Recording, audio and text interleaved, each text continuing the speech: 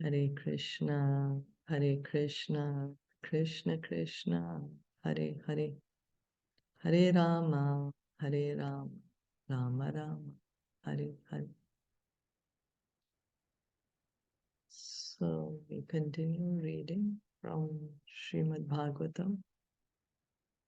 We are on Canto 6, Chapter 1, Text 1. Does anyone remember whose story are we going to start reading today? Is it story of Rishabh Dev? No, that we finished brief, right? Yeah, we finished the Canto 5. We finished of Rishabh Dev. Now we are beginning Canto 6. 6. And we are going to hear the story of Ajāmila. Oh, yeah. Ajāmila. Yeah. And we heard that this Canto 6 is about the Poshanam, the shelter of the Lord for his devotees. The first 5 cantos deal with Sarga, Visarga, and the planetary systems. Yes. Sarga, the creation, Visarga, the subsequent creation, and the planetary system. So we heard all that in the first 5 cantos, and now this Canto 6 begins Poshanam. So we are going to begin. Text 1, Shri Parikshit Vacha. Shri Parikshit Uvacha. Nivriti Marga Kathita. Nivriti Marga Katita. Adav Bhagavata Yatha. Ado Bhagavata Yata. Krama Yogopalabdena.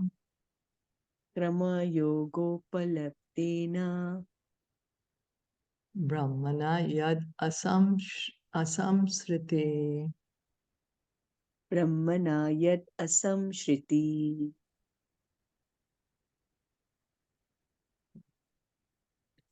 Translation and purport by His Divine Grace, A.C. Bhaktivedanta Swami Srila Prabhupada. Maharaj Parikshit said, O my Lord, O Sukadev Goswami, you have already described in the second canto the path of liberation, Nivriti Marg. By following that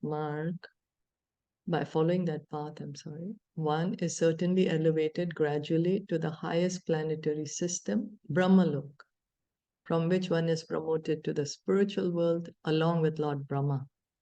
Thus, one's repetition of birth and death in the material world ceases. So, purpose. Since Maharaj Parikshit was a Vaishnava, when he heard the description at the end of the 5th canto of the different hellish conditions of life, he was very much concerned with how to liberate the conditioned souls from the clutches of Maya and take them back home, back to Godhead. So this is the compassion of a Vaishnava. Vaishnavas are very compassionate. The devotees are very compassionate because they understand that there is a lot of suffering awaiting us conditioned souls. So they're always looking how to deliver us.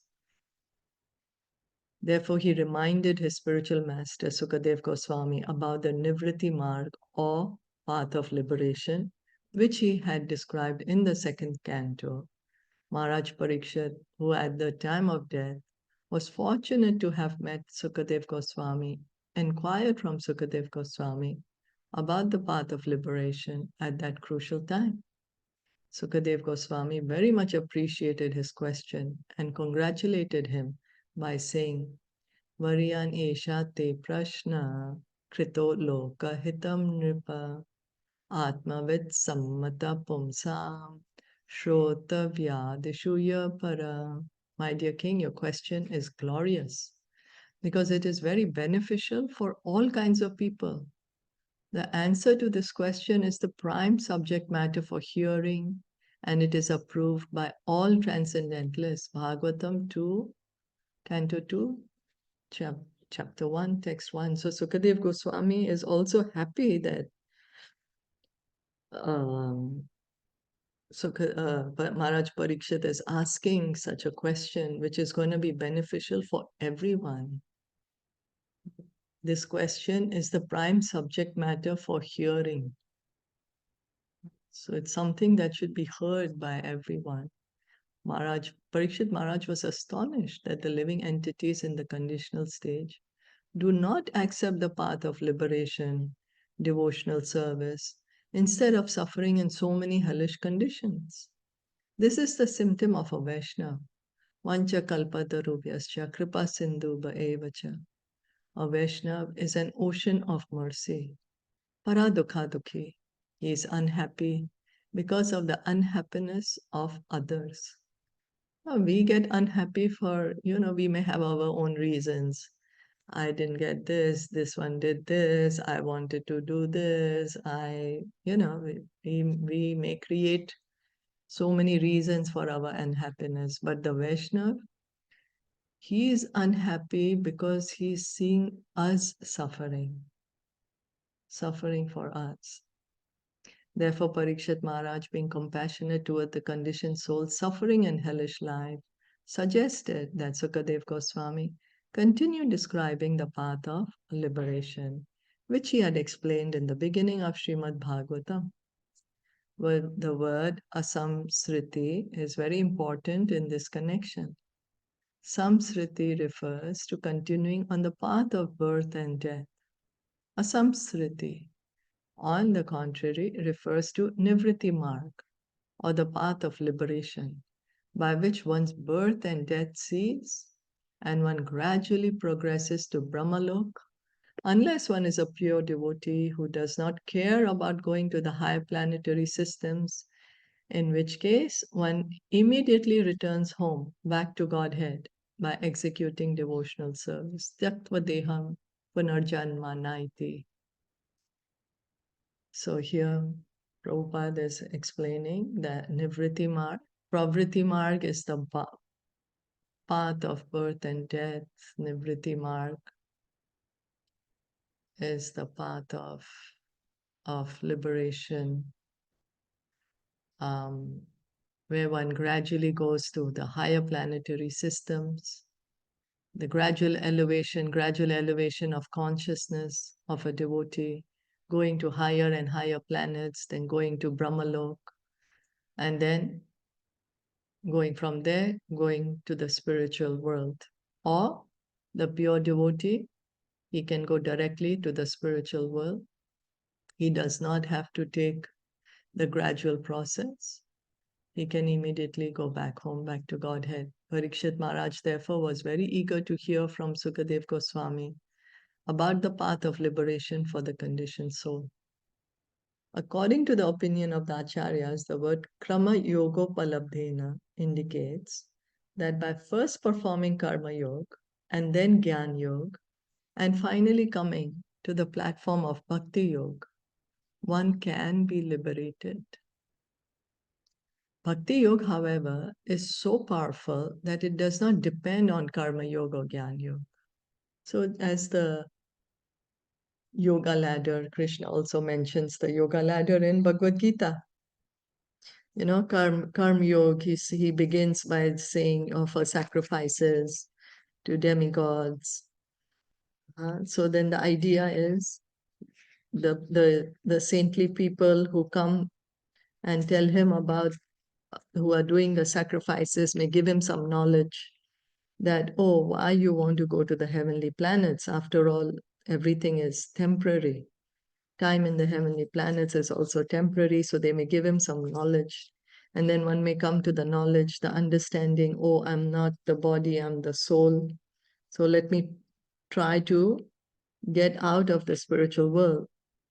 So when one is following the path of knowledge, of course, there is a danger that one may start thinking himself to be the supreme Brahman instead of part of Brahman.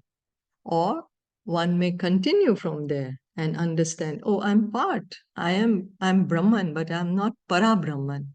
I'm not Supreme Brahman. So one may continue further and come to Bhakti Yoga. Or one may directly take Bhakti Yoga. One does not have to go through Karma Yoga, Jnana Yoga to come to Bhakti Yoga.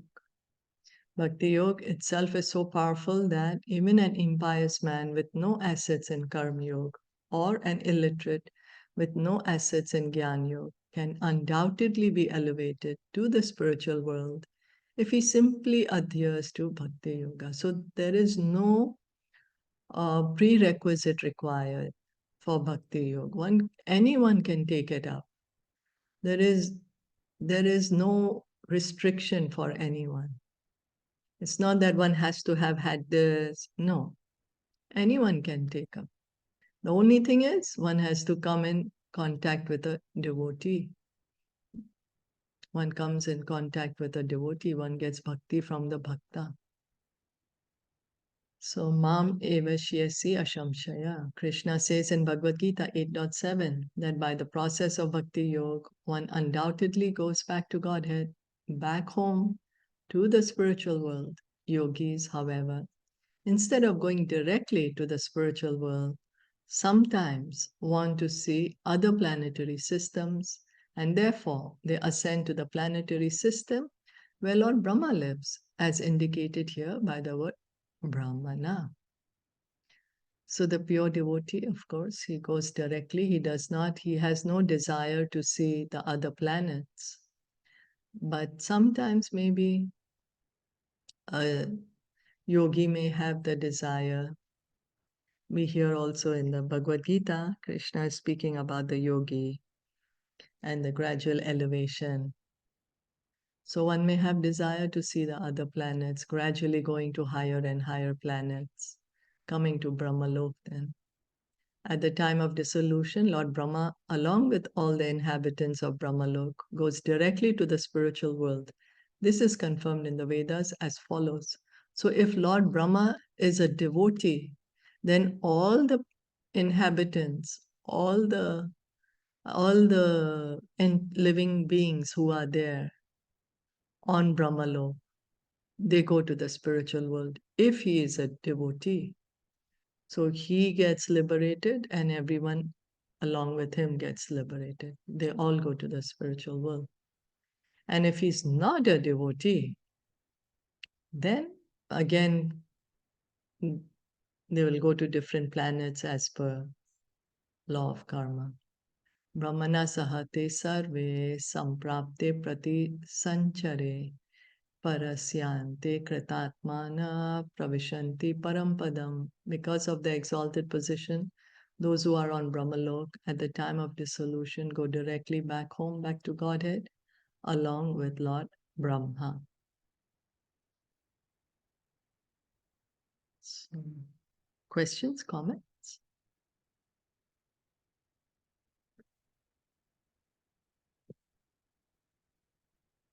Okay.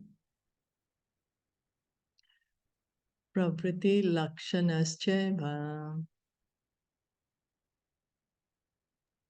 Prakriti Lakshamasheva Traigunya Vishayo Muni Traikunya Vishayo Muni Yosab Alina Prakrite Yosa Alina Alina Prakriti Prakriti Guna Sarga Puna Puna. Guna Sarga Sarga Puna Puna Puna. Puna. O great sage Sukadev Goswami, unless the living entity is freed from the infection of the material modes of nature, he receives different types of bodies in which to enjoy or suffer. And according to the body, he is understood to have various inclinations. By following these inclinations, he traverses the path called Pravriti Marg, by which one may be elevated to the heavenly planets, as you have already described in the third canto. As Lord Krishna explains in Bhagavad Gita 9.25, Yanti Deva Vrita Devan Pitrin Yanti Pitrivrita. Bhutani yanti bhuteja yanti madhyajinopi mam. Those who worship the demigods will take birth among the demigods. Those who worship ghosts and spirits will take birth among such beings.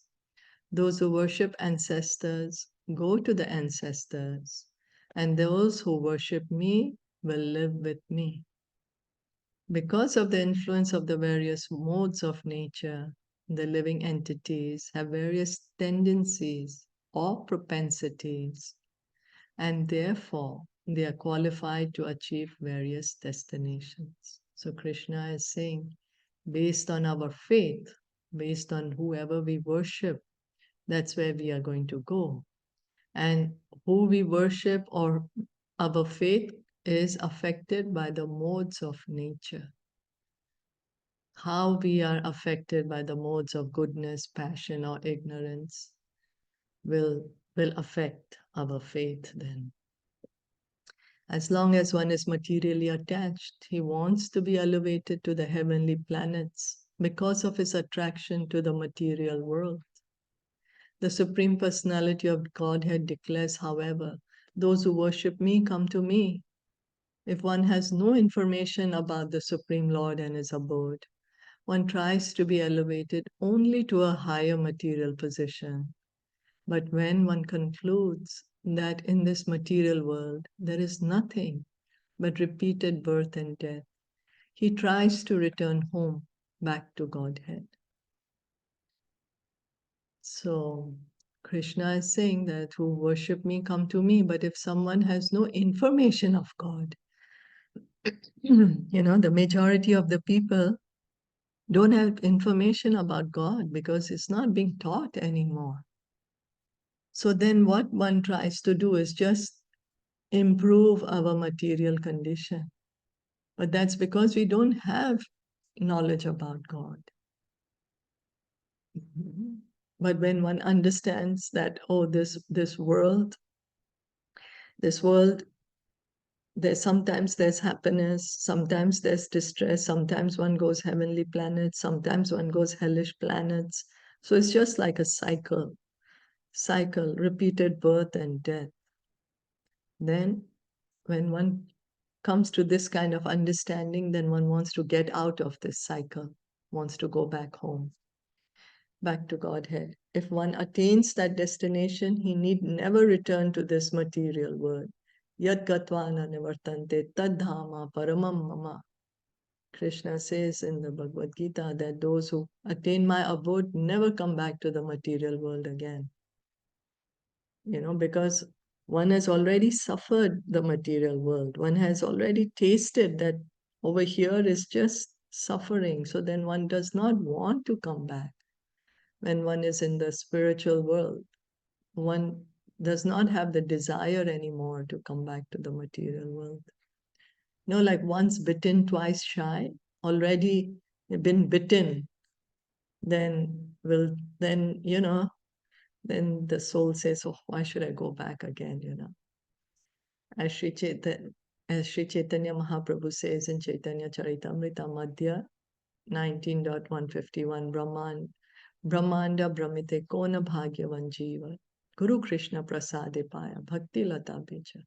According to their karma, all living entities are wandering throughout the entire universe. Some of them are being elevated to the upper planetary systems, and some are going down into the lower planetary systems. Out of many millions of wandering living entities, one who is very fortunate gets an opportunity to associate with a bona fide spiritual master by the grace of Krishna. By the mercy of both Krishna and the spiritual master, such a person receives the seed of the creeper of devotional service.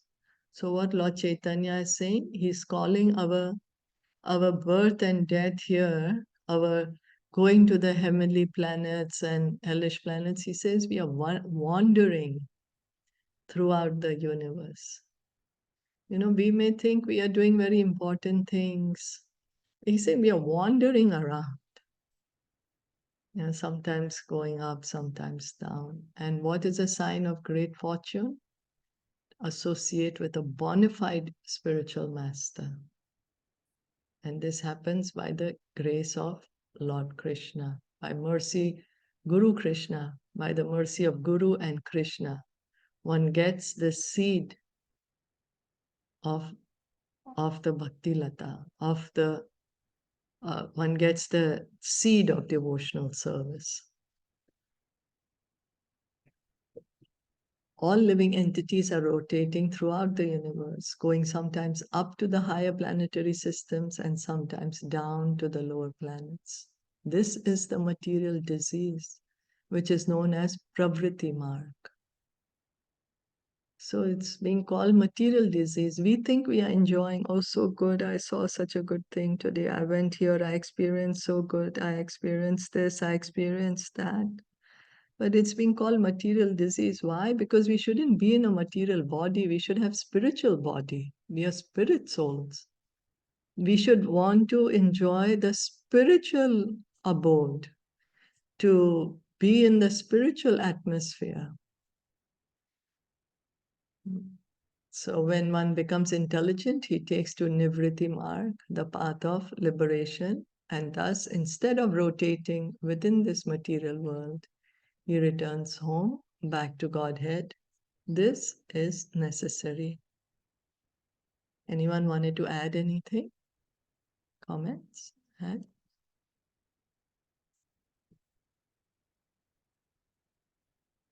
Okay. Adharma Lakshananana Adharma Lakshanana Narakaschanu Narakash Chanuvarnita Manvantarascha Vyakhyata Manvantarasya cha Vyakhyata Adya Swayambhuvo Yata. Adya Adya Swayambhuya Tata. You have also described at the end of the 5th canto the varieties of hellish life that result from impious activities. And you have described in the 4th canto the first Manvantar, which was presided over by Swayambhuva Manu, the son of Lord Brahma. So Sukadev Goswami, Parikshit Maharaj is just saying what Sukadev Goswami has spoken about. Priya Vratotana Pado, Priya Vratotana Pador. Priya Vratotana Pador Vamshastak Charitani Cha. Chata Charitani cha Charitani cha Dvipa Varsha Samudradri. Dvipa Varsha Samudradri Nadi Udyan Manaspatin. Nadi Udyana Vanaspatin Dhara Mandala Samsthanam. Dhara Mandala Samsthanam Bhaga Lakshana Manata. Bhaga Lakshana Manata Jyotisham Vivaranam Cha. Jyotisham Vivarana cha Yathedam Asrijat Vibhu. Yatetam Ashrajad Vibhu.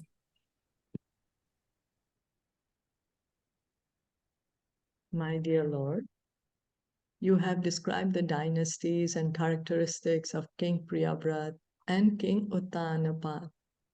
The Supreme Personality of Godhead created this material world with various universes, planetary systems, planets, and stars, with varied lands, seas, oceans, mountains, rivers, gardens, and trees, all with different characteristics.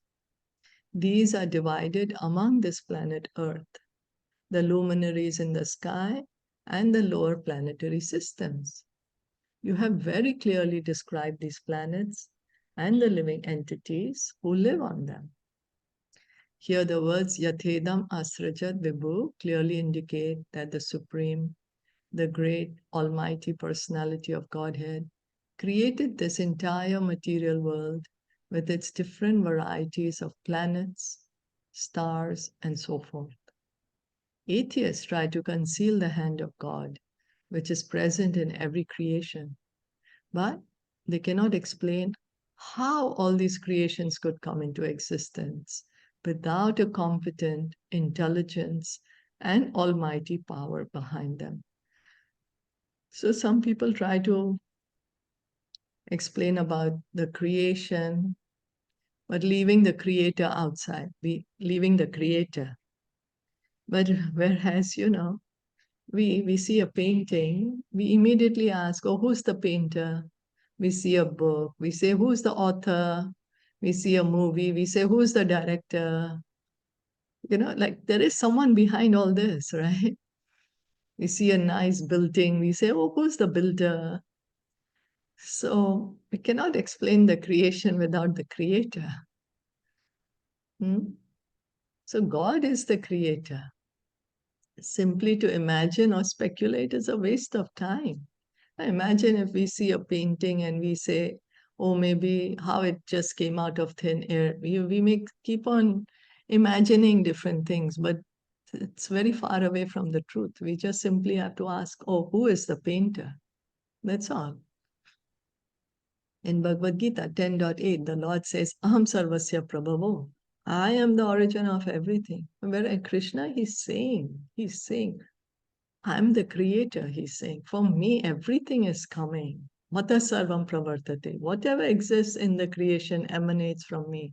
Iti matva bhajante mam, Buddha bhava samanvita. When one fully understands that I create everything by my omnipotence, one becomes firmly situated in devotional service and fully surrenders at my lotus feet. So in Bhagavad Gita 10.8, Krishna is very clearly saying that everything is coming from me. Whatever we are seeing in the creation is created by Krishna. And one who can actually understand it becomes a devotee. One surrenders to Krishna, understanding that Krishna is the creator. And then one engages in devotional service. How is Krishna creating? He's creating by his omnipotence. Krishna has omnipotencies. We say God is omnipotent. We say God is omnipotent means God has many, many potencies. He has many energies. He has many powers. And with that, he is creating.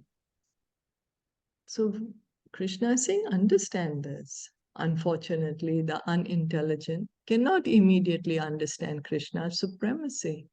Nonetheless, if they associate with devotees and read authorized books, they may gradually come to the proper understanding, although this may take many, many births. So some may be able to understand it immediately, but for some, it may take a long time to understand that Krishna is God, that Krishna is the creator, and that we have to surrender to Krishna. And how this can happen? When we associate with the devotees, when we are hearing from Bhagavatam, Bhagavad Gita, from the devotees, only then we will be able to understand Krishna's position. As Krishna says in Bhagavad Gita 7.19, Bahunam Janmanam Ante Jnanavan Mam Prapadyate Vasudeva Sarvamiti Samahatma Sudurlabhaha. After many births and deaths, he who is actually in knowledge surrenders unto me, knowing me to be the cause of all causes and all that is. Such a great soul is very rare. So one who is in the path of knowledge, one wants to get knowledge. For him, After many, many births and deaths, he will come to realize that Krishna is God, that I have to surrender to Krishna, because that is where the knowledge is going to lead to. One is going to be in progressively trying to get knowledge and knowledge and knowledge, and one day one will come to understand, oh, I have to surrender to Krishna. Why? Because he is the cause of all causes. Sarva karana karanam. And Krishna is saying such a great soul is rare. He's a Mahatma. He's a Mahatma. And it is very rare to surrender to Krishna. Vasudev, Krishna, is the creator of everything, and his energy is displayed in various ways. As explained in Bhagavad Gita, chapter 7, text 4 to 5, a combination of the material energy, Bhumir Apo Nalo Vayu, and the spiritual energy, the living entity, exists in every creation. So Krishna is saying, all these material elements belong to me: earth, water, air, fire, ether, mind, intelligence, false ego. All the material elements, he's saying, they are my inferior energy. They are my material energy. And he says that that Jivatma is my superior energy, my spiritual energy. So be it the Jivatma, be it the material elements, everyone belongs to Krishna. Therefore, the same principle, the combination of the Supreme Spirit and the material elements, is the cause of the cosmic manifestation. So this material world is created by Krishna. He is the Supreme Spirit.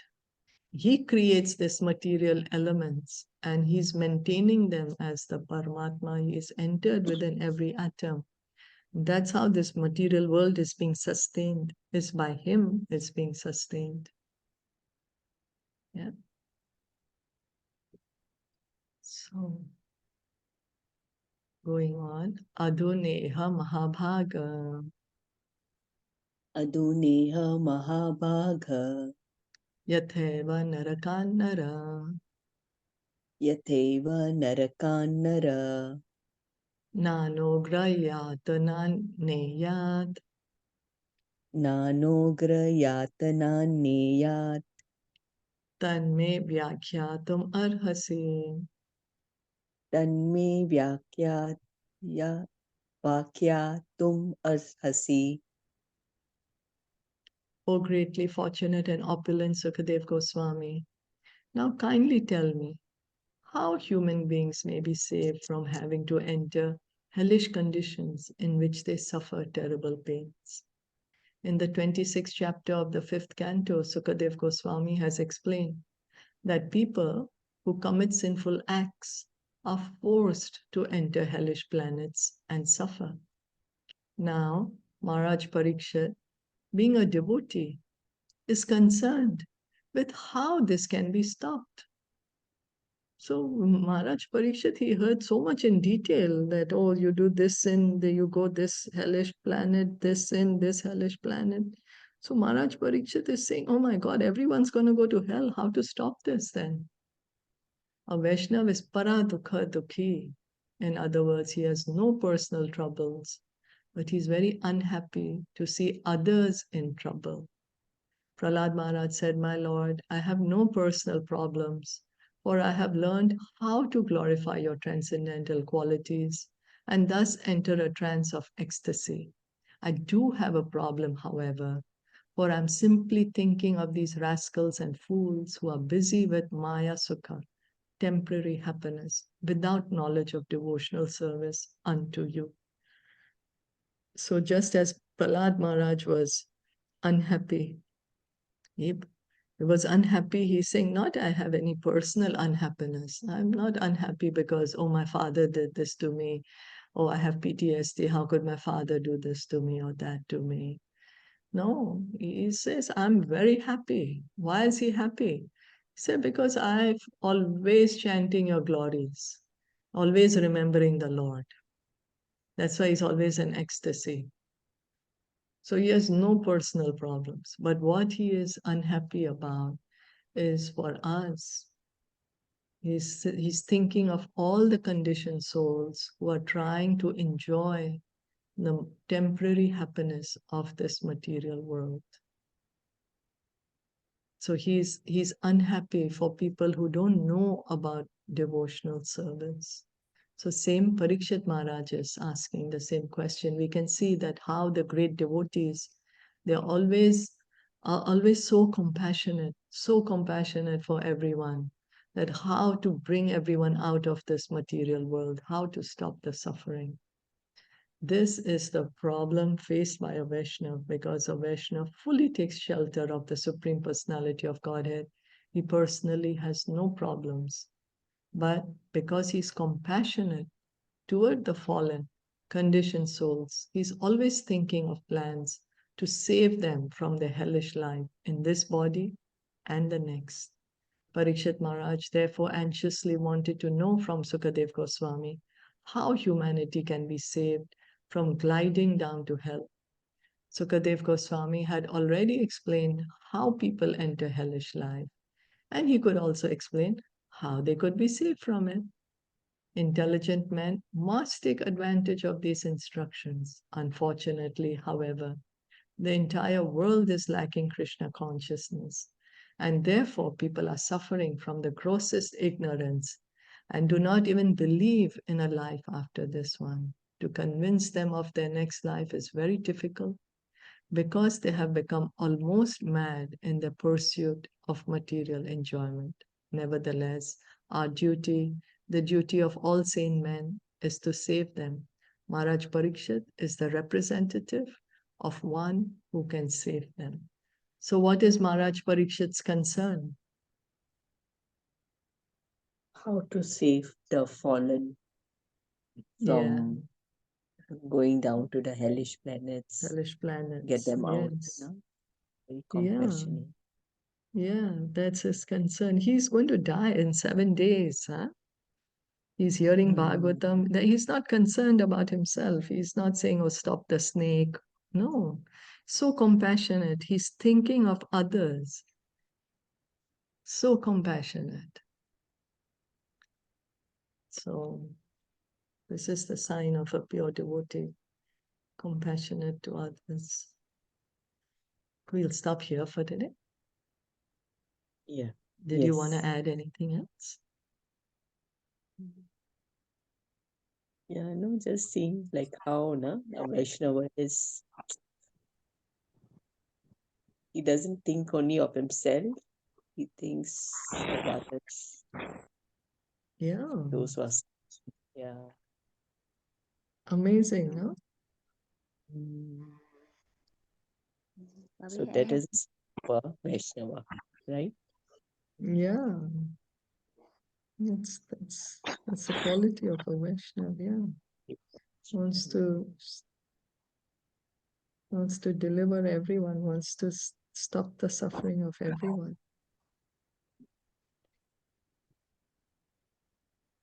Thank you so much. Shla Prabhupada ki jai. Gaur Bhakta Vrinda ki jai.